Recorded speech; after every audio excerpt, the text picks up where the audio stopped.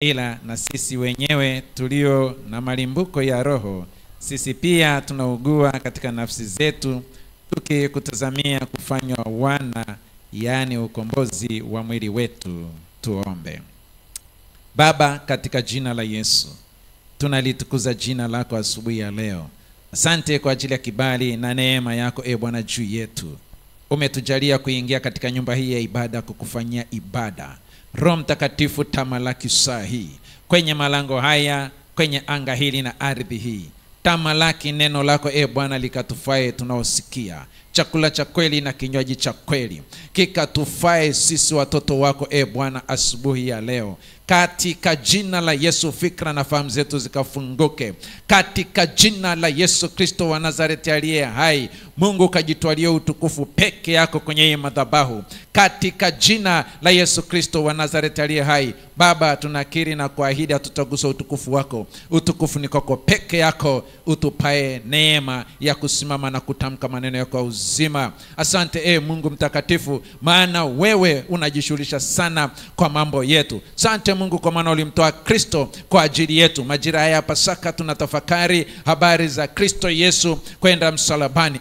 Bwana, utujalie kuona upendo huo ambao Bwana hukumshikilia Kristo, ulimwachilia kwa ajili yetu sisi sote. Utakosaje kutukirimia na mambo yote pamoja naye? Karibu Mfalme, utuhudumie saa hii kwa utukufu wa jina la Yesu nimeomba na kuamini, amen. Tuketi wapendwa. Bwana Yesu asifiwe. Ninaamini wengi mnanifahamu. Inawezekana wachache hawanifahamu, lakini kwa wale wachache ambao hawanifahamu, kwa majina naitwa Harvest Mariki. Nimeoa, nina mke mmoja na watoto 3. Amen. Basi tuingie kwenye neno. Nimshukuru mchungaji na ofisi ya sharika kwa kunipa kibali, mwenyekiti wa Injilisti kusimama. Ni neema, ni kibali. Amen. Wako wengi wanaweza kusimama, kuna wengi wana hiyo neema, lakini safari hii hiyo neema imekuja kwangu. Kwa hiyo ni lazima nimshukuru Mungu na nimshukuru mchungaji na uongozi kwa neema hiyo. Amen. Somo kama lilivyowekwa kwenye kalenda, tunakumbushwa habari ya kutunza uumbaji. Tutunze uumbaji.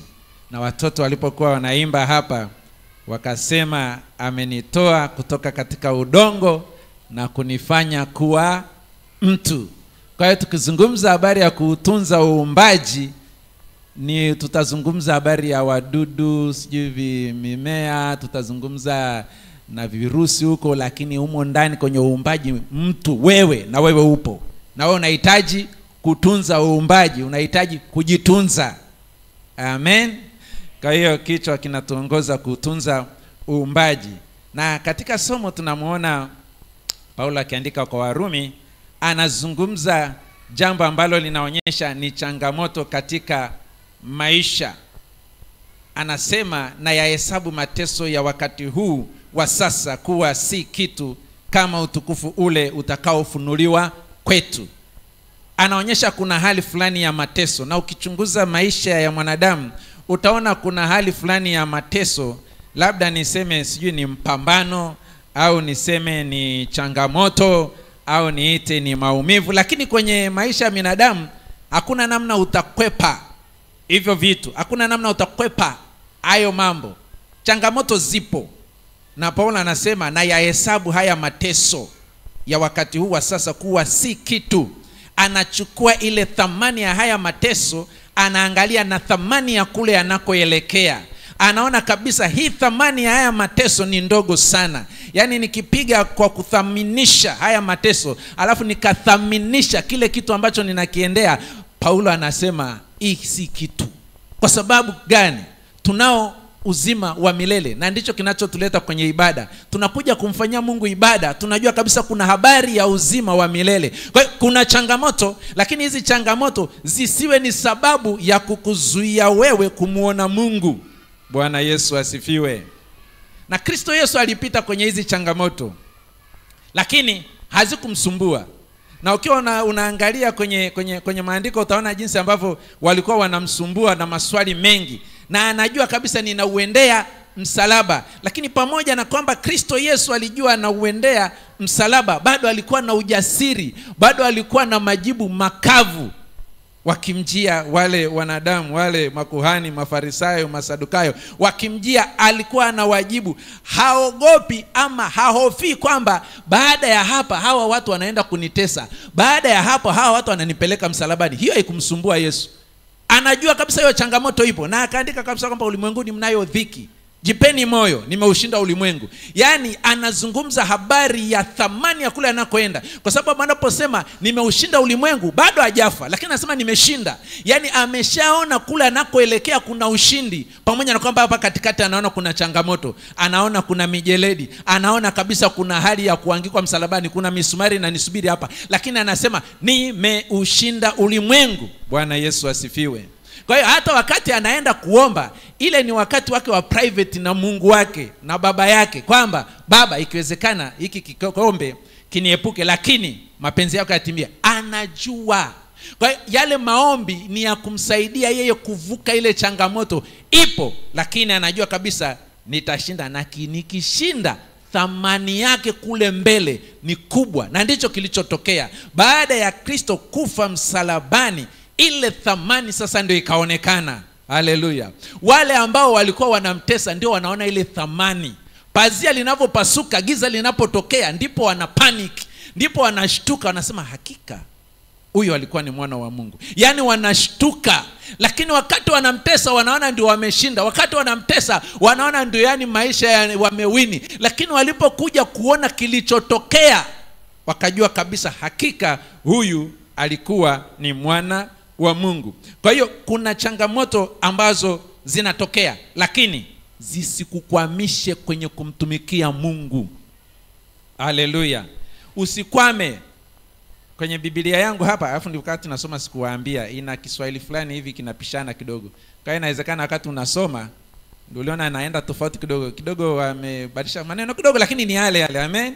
Ukisoma ile Luka 13:32 kuna namna fulani Yesu alikuwa anatoa majibu, na nimejaribu kukoti hii moja hapa. Nikasema yani Yesu ni jasiri kweli kweli. Yani ule ujasiri ni kwa sababu ya ile thamani iliyoko kule mbele. Ile Luka 13:32 Yesu anawajibu akawaambia, nendeni mkamwambie yule mbweha, tazama leo na kesho natoa pepo na kuponya wagonjwa, siku ya tatu nakamilisha kazi yangu. Amen. Nilikuwa najaribu kuangalia mfano mmoja wapo Yesu alijibu swali jibu ambalo yani wewe ungeweza ukafikiria ukasema hivi ni jibu ili jibu au nisilijibu, nizungumze ama nisizungumze. Kuna mahali unaweza ukafika sema hivi niseme hivi ama nisiseme, kwa sababu tu ya matisho fulani. Lakini Yesu yeye hakuangalia ile matisho, anasema kamwambia ni mbweha, natoa mapepo, naponya, siku ya tatu nakamilika.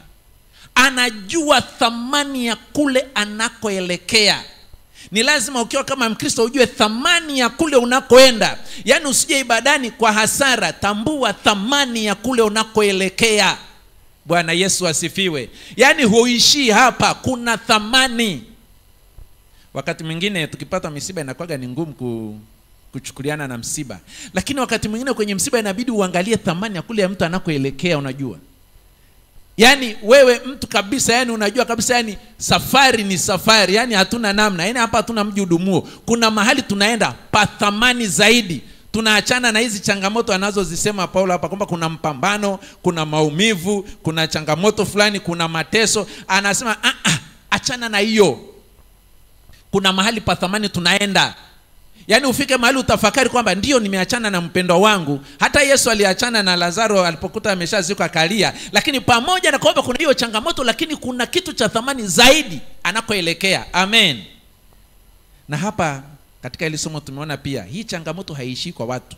Wale watu ambao wako medical watanikubalia na mimi pia kwamba hii changamoto sio kwa wanadamu tu. Hata kwa hao wadudu tunaoona, bakteria na virusi na nini, na wao wana changamoto tena kubwa. Yani ukisoma habari zao utashangaa sana jinsi ambavyo na wao wanakutana na hizo changamoto. Na nilikuwa nazipitia hapa nikaa nashangaa kweli kweli kwamba hizi changamoto zilitokeaje. Unajua bakteria hawajawahi kuisha duniani. na virusi havijawahi kuisha duniani. Wanawezaje kusurvive? Sasa bakteria ndio waga anapigwa sana. Bakteria utamtandika wewe binadamu na antibiotic yako. Virusi navyo vya Ebola vikija vinataka vimpige bakteria huyo, na watu wengine vurugu nyingine zinatokea zinamshambulia huyo. Lakini huyu bakteria tena ukimwangalia kisayansi, mwanadamu ana hizi DNA tunazoziita ni bilioni 3 na plus, ana bilioni 3 plus. Huyu bakteria haya na milioni 10 tu DNA zake. Lakini mkakati anaokutana nao hutaamini. Yaani huyu bakteria huaga akivamiwa anajiuliza, huyu aliyenivamia hivi amekuja na kitu gani? Huyu jamaa kanivamia kaja na nini? Ni kitu gani kinampa jeuri huyu jamaa?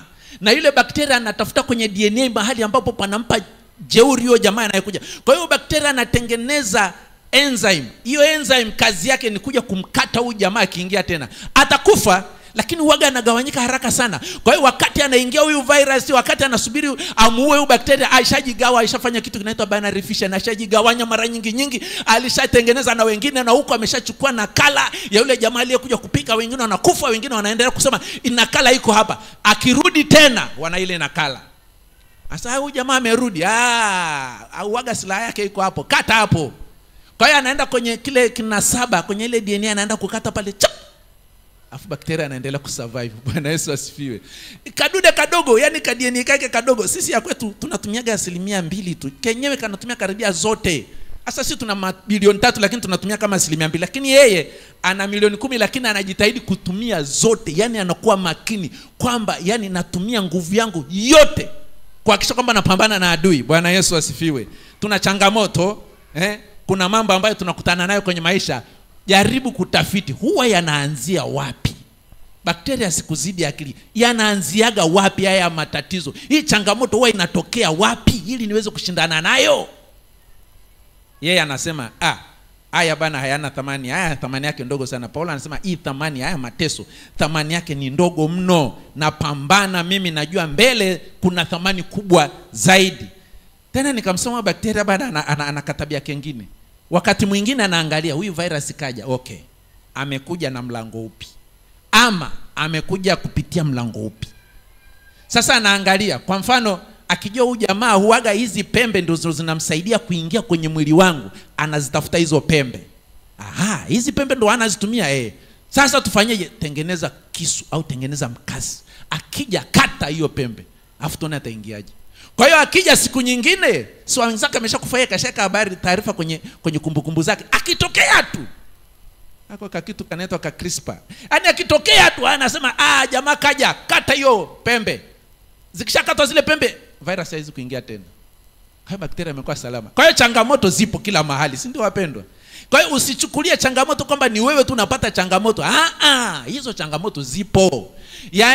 Yaani hao wadudu hapa, hili neno linasema hivi, wanasubiri kufunuliwa kwa wana wa Mungu. Hata wanyama nao wanasubiri kufunuliwa kwa wana wa Mungu. Sisi wenyewe tunasubiri wa utukufu. Maana na sisi tunakutana nazo changamoto, magonjwa tunakutana nayo, kama ni hali ngumu ya uchumi tunakutana nayo. Yaani kama ni mambo fulani yanakukosesha amani huko ndani, sijui kuna vitu gani vinatokea kwenye familia, yanakupa kero. Lakini Paulo anasema ukilinganisha na thamani ya tunakoenda ni vitu viwili tofauti. Amen. Kwa hiyo kitu cha msingi kanisa, pamoja na changamoto, chunguza huyu jamaa analeta changamoto, huaga anatumia silaha gani huyu? Na anayetusumbua sisi ni shetani, anatumia silaha gani? Huwa anavizia wapi zaidi? Na ukishamjua wewe unamshughulikia kwamba ameingia ndani ama kwamba bado yuko nje, lakini wewe umeshatengeneza silaha. Amen. Silaha moja kubwa sana tunayo siku zote, maombi, ibada, kama ulivyokuja hapa. Yaani ni silaha. Yaani usije kwenye ibada ukafikiri unafanya tu ibada kitu cha kawaida. Ni silaha mojawapo hatari kwenye ufalme wa giza. Kwa hiyo unapofanya ibada, tayari kuna silaha mojawapo unayo ya kupambana na huyu jamaa. Anakuletea chokochoko, anakuletea sijui maugomvi na mama mkwe, anakuletea maugomvi sijui na majirani, anakuletea ugonjwa alitibiki, anakuletea sijui pressure alieleweki. Huyu jamaa huyu tunaye mtu wa kumshinda. Nani? Neno na maombi. Haleluya. Mimi juzi hapa niliumwa hapa, nikasema nisifanye ujinga hapa, ngoja nikafanye utafiti. Hii haiwezekani. Maana nikisimama tu kidogo hivi kizunguzungu, nikikaa kwenye mondokazi kizungu. Sasa kwa hiyo ndo naishije? Asema hii lazima nikashtaki. Nikaenda kuishtaki, huku nafanya maombi. Nikaenda Muhimbili, nimepima, wamepima echo ECG, wamepima sijui stress, wamepima sijui 24 hours sijui BP, wamepima vitu vingi. Alafu mwisho naenda kwa daktari, akapima, akasema pima na masikio, inawezekana balance haipo, pima, osha masikio hayo, osha, pima na macho, yani akapima. Yani alafu wale watu ukiwaambia habari ya umri nafikiri wanashtuka. Sasa ukikuangalia unaanza kusema mambo ya kizunguzungu, akiangalia una umri gani wanaanza kushtuka. Sasa hebu pima vizuri.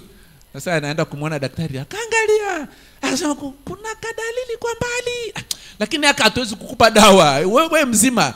Yani nimeangalia damu iko sawa, nimeangalia pressure iko sawa, stress test iko sawa. Kwa sababu ile stress unapima kufanya zoezi mwanzo mwisho, nimefika mpaka mwisho, uko sawa. Sasa wewe hamna shida, chukua namba yangu ya simu, ukiona kuna changamoto utanipigia. Haleluya. Na kuanzia hapo niko mzima. Amen. Lazima ujue kwamba adui huwa anatafuta kukutishia, lakini akikutishia na wewe ujue silaha yako iko wapi. Jitahidi kujua silaha yako iko wapi. Watu wengine ambao niliandika hapa wana changamoto ni wanyama. Unajua nilikuwa naangalia hapa, nikamwangalia simba. Huwa tunaangalia movies, ndio tunaona simba anapobabaika porini, huwa anapata shida. Usifikiri kwamba ni kwa sababu yeye ana nguvu na daka, hamna. Akizeeka huwa anapata shida. Yani simba akizeeka ni shida, anaweza kauawa na mnyama. Yani nyati anaweza kumuua simba, na ujanja wake na nguvu yake anaweza kauawa. Kwa hiyo changamoto haiishi kwako. Yani anavizia. Sasa yeye ndio namna yake ya kuishi, anatafuta nyama, hana namna ya kuishi, ndio changamoto yake. Lakini baada anakutana na upinzani, anapigwa pembe, afa anafia huko. Kwa hiyo changamoto zipo, hazikwepeki. Kwa hiyo huyu simba anatafuta namna ya kuwinda. Sasa nyingine anawinda kaswala. Kaswala nako kanawaza jinsi ya kujiokoa maisha yake, anafikiria jinsi ya kuokoa watoto wake wasiliwe. Kwa hiyo kila mtu ni changamoto. Kwa hiyo usije kafikiria wewe ni exception, ukasema kwamba mimi bwana unajua nashambuliwa. Unashambuliwa wapi? Huku duniani ni changamoto, tunasubiri kufunuliwa kwa wana wa Mungu. Amen. Tunasubiri utukufu ule ujao. Amen. Yani hapa yani tunapita, lakini lazima tujue kwamba tunatafuta ule uzima ujao. Ndio maana hatuachi kufanya ibada, na usiache. Amen. Usiokacha hata siku moja, kwa sababu hizo changamoto hakuna namna zitaisha. Lazima ujijengee mazingira. Sio kwa sababu Yesu anajua kuna kwenda msalabani alafu atafute namna kutoroka. Hamna kutoroka, hatuzitoroki. Tunaziface hizo changamoto kwa jina la Yesu na tunavuka. Amen. Sasa mimi waga napendaga shuhuda. Na kuna watu wanapendaga kuangalia, kuna vikilipu vinatuma vikilipu. Sasa mimi sio msomaji sana, lakini kwangu ni msomaji sana, alinitumia ka clip. Sasa nafikiri na wewe ushakiona, lakini tukitafakari pamoja siku ya leo. Amen. Kana kenyewe kanafundisha jinsi ambavyo kuna changamoto, lakini unaweza ukaishinda changamoto kwa jina la Yesu. Sasa huyu mchungaji alikuwa anatoa ushuhuda. Anasema walipita pori fulani, si ni pori, si ni wapi, lakini wakatekwa. Walipotekwa wakaambiwa toa pesa, toa kitambulisho. Okay. Wakajipanga na wale wameshika mitutu ya bunduki. Na anasema pale walipigishwa makofi, vibao, ngumi, nini, toa hela. Wakajipanga wanatoa hela, kila mtu ameweka hela yake mbele, wanachukua hela. Alafu kuna maiti nyingi tu zimezunguka hapo. Si unajua wale watekaji, yani kuna gari litangulia na wameshateka na wameshawaua. Sasa ile mchungaji anasema wakati zoezi linaendelea, wakafika huko nyuma wakamkuta kijana mmoja. Anasema nikimsikiliza najua kabisa huyo kijana nilisoma naye. Anaambia toa hela, akajibu jeuri, akasema toa hela. Nani kanipa hela hapa? Kuna hela yenu mlinipa? Sitoi hela mimi, hamna hela hapa. Sina hela. Sasa ikawa changamoto. Huyu mchungaji akasema, nikashtuka, nikasema sasa huyu jamaa sisi tumeshahurumiwa hapa. Wenzetu wamepigwa risasi, wamekufa hapa. Sisi tumeambiwa toa hela, tushatoa, tunajua usalama wetu unatokea. Huyu analianzisha. Sasa anasema sasa huku tunakoenda huku itakuwa shida. Sasa kijana akaendelea kuchachama, nitoa hela. Eti kitambulisho cha nini? Nye kwanza nye kitambulisho hicho niko wapi? Mchungaji anasema sasa hapa tumekwisha. Huyu sasa badala kuwa mpole anawauliza kitambulisho kiko wapi? Mchungaji anasema huyu atakuwa amerukwa na akili. Kashaharibu. Sasa mchungaji akaanza kusali. Anasema Mungu, hebu saidia huyo. Sasa Mungu msaidie, maana hapa tunapigwa. Hawa jamaa wana hasira. Alafu jamaa anawapandisha tena hasira. Anauliza kitambulisho cha nini? Askari wakakasirika, wakamsogelea. Wakamuuliza, wewe unatuliza sisi kitambulisho, sisi tunataka hela. Akamwambia sina hela, na hata ningekuwa nayo sitoi. Mchungaji akasema sasa ishakuwa balaa. Sasa anazidi kujibu jeuri tena, hata ningekuwa nayo hela sitoi. Kuna mahali nakupeleka, hii ndefu kidogo. Sasa wakati wanaendelea, akafika mahali akasema, ninyi wajinga watupu, eti maiti. Wajinga tunyie. Mnatisha watu na maiti hapa. Maiti kitu gani? Mchungaji akasema sasa huyu, hii balaa. Huyu jamani hata aonyeshi kupoa, yani hata atulia. Akasema sasa hizi risasi sio 2-3 tena. Yani tutamiminiwa risasi hata 20. Maana amechachamaa kijana, amepamba moto. Alafu anamwambia mchungaji, anamwambia wale maskari, anamwambia mnanitishia na maiti. Akasema piga risasi, mimi niko hapa. Piga risasi. Sasa anambia piga risasi afu muone kitu itatokea hapa. Piga risasi alafu mtaona ile kitu itatokea. Kuna mambo itatokea tena. Askari akashtuka kidogo. Anamshangaa, unajua. Fikira mtu umeteka gari, alafu mtu anakuwa na jeuri. Alafu amemwelekezea mtutu. Lakini jamaa anakuwa mkali kweli, amechachamaa, anasema piga risasi uone kitu kitatokea hapa. Sasa akasema sasa huyu mchungaji akasema, huyu jamaa ana kitu gani? Ina maana sio swala la risasi tu, kuna kitu kinaweza kikatokea. Akasema huyu jamaa nimesoma naye, lakini sikuwahi kujua huyu jamaa na maneno ya namna hii. Mchungaji akasema, unajua unaweza kukaa na mtu lakini akili yake ni tofauti kabisa. Yaani unaishi naye, unatembea naye, lakini ni tofauti. Yaani hamfanani. Yaani unaweza kukaa na mtu hamfanani. Yaani unaweza kukaa na Yesu usimtambue Yesu mpaka akufanyie kitu. Yaani kama Yesu hajakufanyia kitu ni ngumu sana kujua, lakini huyu mchungaji akasema nilikaa na huyu jamaa darasani mpaka tumemaliza sikujua huyu sijamjua huyu jamaa. Huyu jamaa ni wa tofauti. Bwana Yesu asifiwe. Kwa hiyo akaendelea. Anasema hivi, kama mnataka hata saa hii mmechelewa. Kwa sababu wale askari unajua alimsogelea akamwambiaje, wewe uogopi hizi maiti? Wanamwambia unajua hizi ni risasi, unajua zinaua. Akasema msinitishe bana, kwanza hata sasa hivi mmeshachelewa nyie, mngetakiwa mwe mmeshapiga hizo risasi. Mchungaji akaanza kuogopa, akasema sasa huyu jamaa anaenda wapi? Sasa yule aliposema hata sasa mmechelewa, ile kamanda akaogopa, hofu ikaingia. Akawa amemwambia wenzake atulie kwanza, huyu jamaa ana kitu gani? Kwa nini anakuwa na ujasiri? Akamuuliza kwa taratibu, anamuuliza hivi, haiwezekani huyu jamaa anazungumza hivi, inawezekana kuna kitu sio cha kawaida. Hamza, ni kitu gani kinakupa jeuri? Wewe kijana umechafukwa na nini? Unakuwa na jeuri kiasi hiki mbele ya maiti? Unajua risasi na wanasema wapi wewe? Utakufa. Anasema mimi nife? Hafi mtu hapa. Nife? Hafi mtu hapa. Sasa askari anachanganyikiwa. Alafu akamwambia kuna kitu kamanda ujui. Ngoja nikwambie, unajua mumweleza, ambia wewe kuna kitu ujui kamanda, sikiliza. Mimi nishakufa. Kamanda akarudi nyuma. Akarudi nyuma, akaweka mtutu kwenye kifua, akarudisha kabisa. Akamwambia zake, hebu ngoje. Askari walikuwa wameshajikusanya, akamwambia tulieni kwanza. Mimi nilishakufa.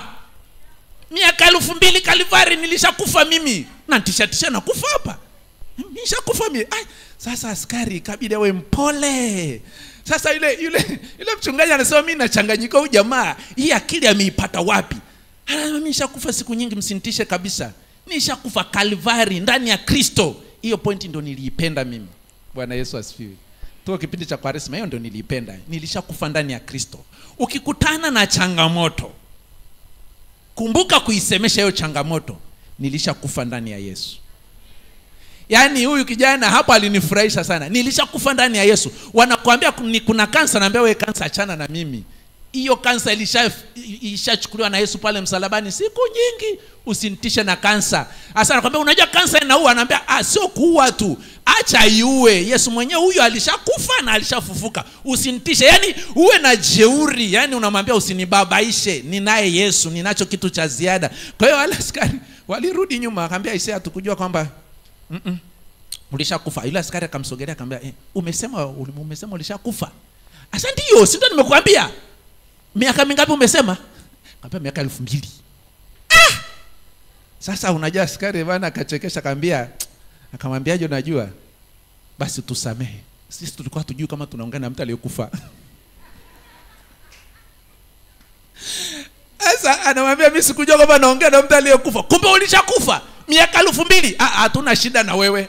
wewe hatuna shida na wewe, yani wewe samahani, tusamehe sana baba, tusamehe, utusamehe, tulikuwa hatujui. Sasa wewe njoo kaa hapa, njoo. Wakampeleka kwenye gari. Wewe kaa hapa, tulia hapa. Maana sisi tulikuwa hatuna hii habari. Bwana Yesu asifiwe. Sasa yule mchungaji ushuhuda wake unajua uliishia hapo. Sasa sijua, nafikiri walisamehewa sasa, kwa sababu sasa mchungaji ndo anayotoa ushuhuda. Kwa hiyo hawakupigwa risasi na maana, na biashara iliishia hapo. Lakini kule mwanzoni unajua mchungaji alipotishiwa, unajua alichokikumbuka, anasema sasa hapa nakufa. Anasema kama nakufa namuona mama yangu lini? Hicho kitu kilinishangaza kweli. Mchungaji anamkumbuka mama. Najua mama ni mtu muhimu sana. Anasema natamani nimpigie mama simu, nimwambie mama hapa tunakufa sasa hivi. Yaani dakika chache zijazo tunakufa. Lakini sasa simu sina. Hiyo simu naipata wapi saa hiyo? Mmeshakamata vitu vimeshachukuliwa. Unapata wapi simu mwambie mama nakufa? Sasa natamani hata mama angesikia sauti yangu. Kwa hiyo mama, ina maana nitaondoka hata mama asikii sauti yangu. Unajua kutengana na hii dunia kuna changamoto. Lakini kitu ambacho natamani utoke nacho leo, naomba utoke na hili neno kwamba Kristo Yesu alishakufa Kalvari. Usibabaishwe na maneno, usibabaishwe na chochote kinachotembea huku duniani, usibabaishwe. Mimi niliwahi kununua asali kwa mtu. Baada ya kununua ile asali nikamwambia, unajua huyo mtu umenunua asali kwake ni mchawi. Nikasema ni mchawi? Sasa ile asali kaitupe. Nikasema mchagamie asali yangu na hela nitupe. Akitupa kitu hapa na kunywa hii asali natumia. Bwana Yesu asifiwe. Kasa natumia na nione kitakachotokea. Hamna kilichotokea unajua. Lakini anasambia usinunue asali, ni hatari sana hiyo. Huyu jamani mchawi analoga huyu. Unajua wakati mwingine sasa sio vitu vya kuiga. Yaani lakini ni kwamba jaribu kutengeneza msuli. Ukikutana na changamoto yoyote, anasema sasa hivi kuna dhiki, kuna nini? Hiyo dhiki iliyopo, wewe tengeneza msuli. Hicho unachokutana nacho, tengeneza msuli, kisemeshe, kiambie hivi, pamoja na kwamba unaniona niko hivi sina hela. Unajua ile kijana alikuwa ana hela lakini ana Yesu. Ambia mimi na Yesu, piga risasi, fanya utakachoona, lakini na kuhakikishia kitakachotokea utajua. Yaani askari kaogopa, anajiuliza kitakachotokea hivi kitakuwa kitu gani? Unajua mtu akikwambia utaona kitakachotokea, lazima ufikiri mara mbili. Mimi wakati niko sekondari, hata sijaoa, niko sekondari, wakati sasa nashuhudiwa, niko mpinzani sana wa habari ya wokovu. Mpinzani mpole, yani mpinzani mpole, yani sina ubishi, mpole tu. Ka upinzani ka kawaida, tukamwambia bana mimi na dini yangu aje niache tu. Hiyo dini nyingine kaeni nayo. Kwa hiyo mimi nitaenda Bible study, nitaenda fellowship, nitaenda vizuri tu, sina ubishi na. Lakini sasa nikakumbana na sauti usiku, nimeenda kulala. Nilikuwa nasoma shule moja iko Liamungo huko, Liamungo sekondari. Sasa nimeenda kulala. Wakati ilikuwa ni wanaume watupu, siku hizi mchanganyiko kidogo. Kwa hiyo ilikuwa ni wanaume watupu, milango haifungwi, milango iko wazi, hamna yani kwa sababu yani ni wanaume tu tuko, hamna cha security yote. Kwa hiyo unajitokea nje unapotoka. Sasa nimetoka kusoma saa 6. Najiandaa na mtihani ya form 4. Narudi kulala. Sasa narudi kulala, watu wenzangu wameshalala. Nasikia mtu ananisemesha.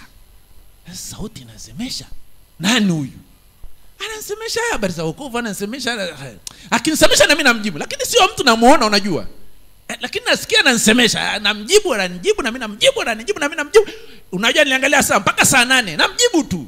Sasa imefika saa 8 nikasema kwanza kuna kuamka mchaka. Alafu natakiwa niingie darasani. Saa 8 hii sijalala, nitapumzika saa ngapi? Nikasema hapa lazima nilale, hapa hamna ujanja. Na yeye anakazania kuniambia bwana inabidi ubadilishe maisha yako, inabidi umpe Yesu maisha. Nikasema mimi mbishi wewe usinisumbue. Kwanza tulishaongea na mama huko mambo ya wokovu hatutaki. Swala la mama achana nalo. Mimi nakwambia wewe uokoke. Nikasema sasa huyu nani huyu? Nikajifanya sasa najua kusali sasa, na ngoja nisali sasa, ninajua nashaenda Sunday school. Nishafundishwa kusali. Ngoja nisali. Nikasali. Niko peke yangu. Wenzangu wamelala. Niko kwenye lideka, kwa wenzangu yuko kwenye deka juu, mimi nikaa huku chini. Hakuna kumsemesha, watu wamelala. Nikasali, nikasema Mungu nisaidie. Hiki kitu ni cha sawa sawa. Akasema sasa huyo ndio maana nakwambia ni kitu muhimu, inabidi uokoke. Nikaona sasa hapa nimezidiwa. Unajua mwishoni akaniambia hivi, kesho ikipita basi. Sasa hilo likaa kama hilo kijana sasa, piga risasi. Afu ile kitu itatokea utaona. Kwa hiyo najaribu kumfikiria huyu askari alipoogopa, kwa sababu nilimwambia kesho ikipita basi. Kwanza anayesemesha simuoni, kumbishia siwezi kumbishia, afa ananiambia kesho kesho ikipita ndio basi. Yani sasa najiuliza, basi kuna kutokea nini? Ni mwisho wa dunia? Hii basi ni kitu gani? Ina maana nakufa? Hii basi kitu gani? Unajua ili nisumbua sijui nililala saa ngapi, kwa sababu unaangalia saa ilikuwa saa 8. Huo upinzani niliuanza anzia saa 8, sijui nililala saa ngapi. Napambana na hiyo kitu. Kesho ikipita ndio basi, ndio najihoji, hivi nitakufa nafanyaje? Asubuhi niliwatafuta mapema wapendwa wale walikuwa nakutana baada ya mchaka, nikawaona, nikamwambia nimejisalimisha. Bwana Yesu asifiwe. Yani unajua hakuna kitu kigumu kama mtu akikutishia anambia kesho ikipita basi. Kwa yule askari alipanic, asema hii kesho hii hapa kuna hatari. Sasa askari sio kesho, askari anambia piga alafu utaona ile kitu itatokea. Sasa nikipiga risasi kitatokea nini? Huyu jamaa atatua sisi au atabadilika atakuwa jitu au itakuwaje? Karudisha mtutu na jamaa akapona. Na yule mchungaji anasema yule jamaa aliondoka kwa jeuri kule, anambia twende ukakae kwenye gari, na anasema ndio akaonyesha jeuri yote kabisa, katembea kibosi kabisa, anasema sijawahi kuona mtu anatamba kiasi hicho. Kaenda kakaa katulia. Haleluya. Ni muhimu sana kutokuogopa changamoto. Tunakumbuka kufa na kufufuka kwa Yesu ni ushindi mkubwa kwa kanisa. Yani kitendo cha Yesu kufa na kufufuka ni ushindi mkubwa ndani ya kanisa. Hakuna silaha kubwa kama hiyo huku duniani. Yani kumtamka Yesu katikati ya changamoto, kumtamka Yesu katikati ya shida ulionayo ni ushindi. Huyu anasema tu Yesu, mitutu inaenda chini. Na wameshaua wengine, maiti zimejaa hapo, lakini Yesu alipotamka wameshindwa kufanya kitu chochote. Ni kwa sababu gani? Ni jina lipitalo majina yote. Na Mungu alibariki neno lake. Amen. Basi tutulie, tumshukuru Mungu kwa neno. Baba, katika jina la Yesu, asante kwa ajili ya Jumapili njema, asante kwa ajili ya neno la uzima. Tumekumbushwa kuna dhiki, kuna mateso, lakini thamani yake ni ndogo sana kuliko kule tunakoelekea.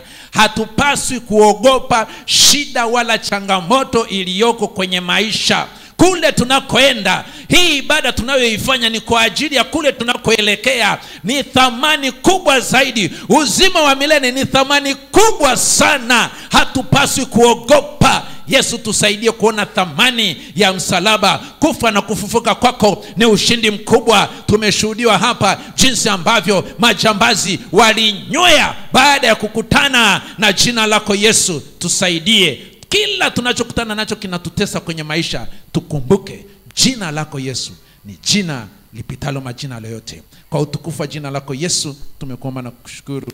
Amen. Na Mungu awabariki.